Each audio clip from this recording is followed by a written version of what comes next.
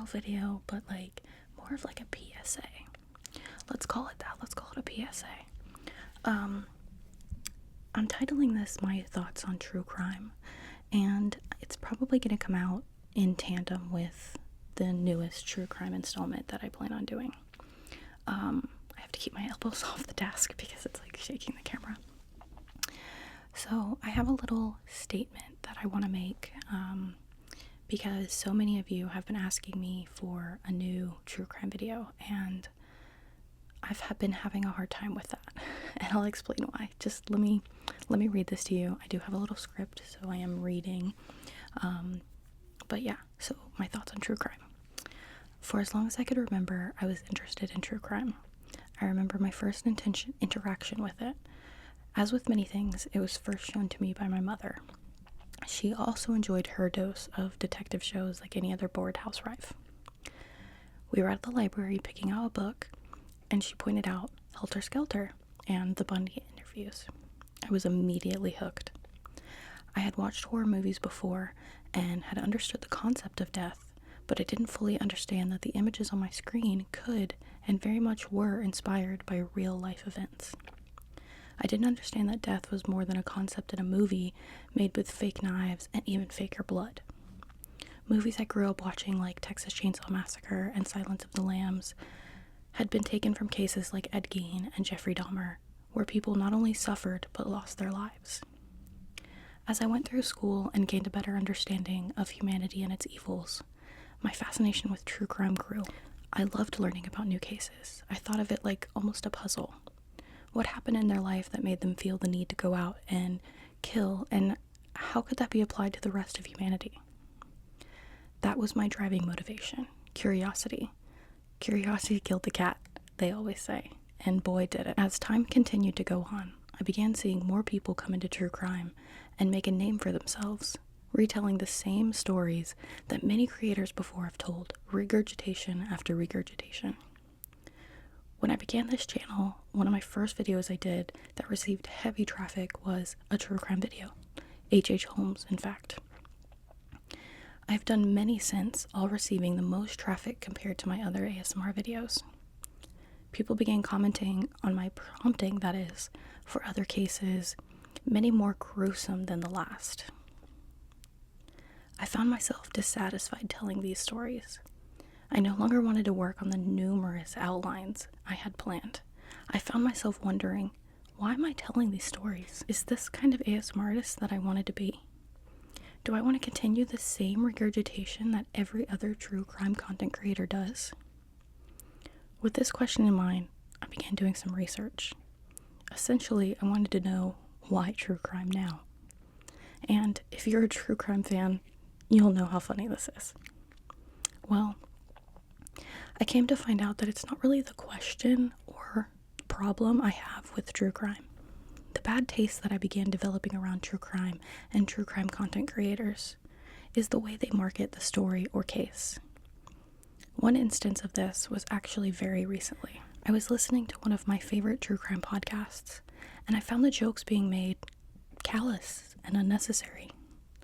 Granted, I had listened to this podcast before and understood that it was a comedy true crime podcast, but they tended to make the jokes about the killers, about the people committing the crimes, and in this instance, they weren't. They were directed towards the victims, the people who went through this tragic instance. They were giving too much leniency to the killers.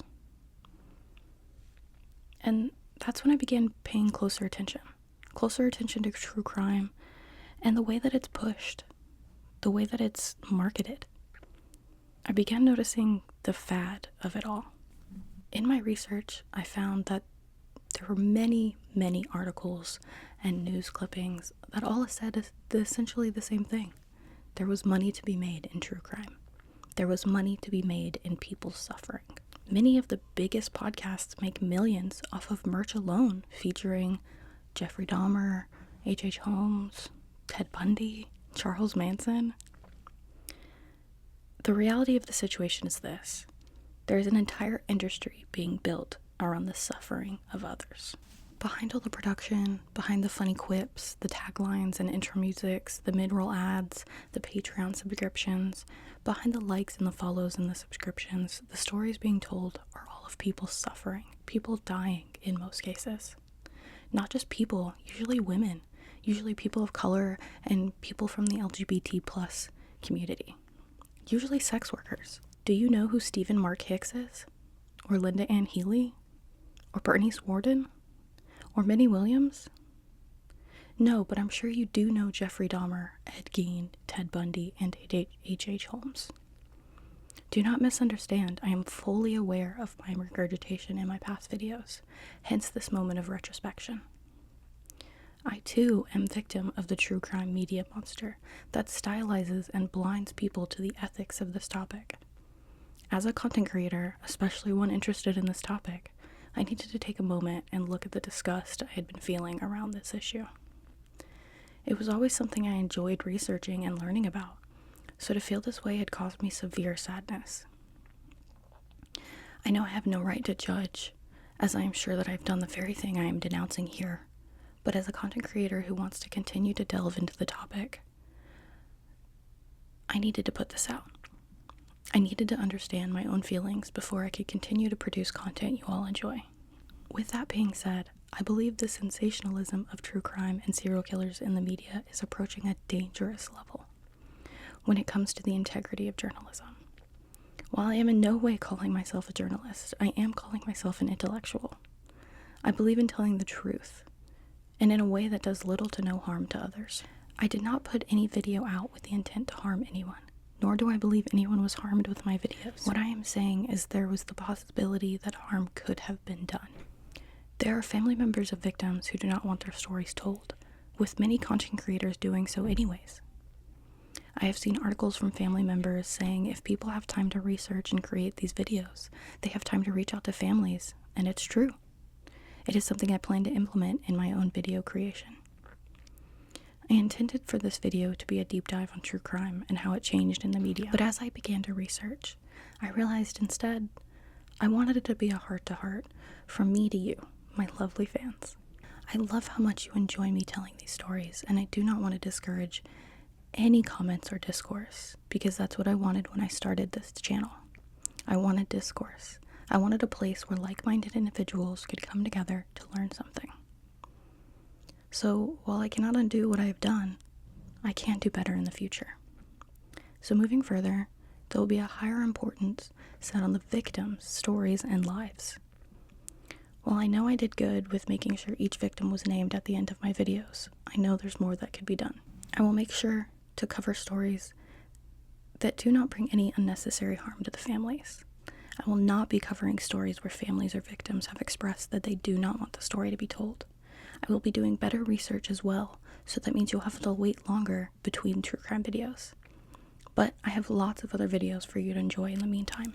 Thank you for being here, and thank you for your suggestions. I look forward to the cases you bring me. I hope you can take this time to shine a light on your interaction with true crime and adjust it accordingly as I have. It is an amazing topic that can teach us so much about humanity if we let it. So let it. Thanks, guys. I'll see you in another video.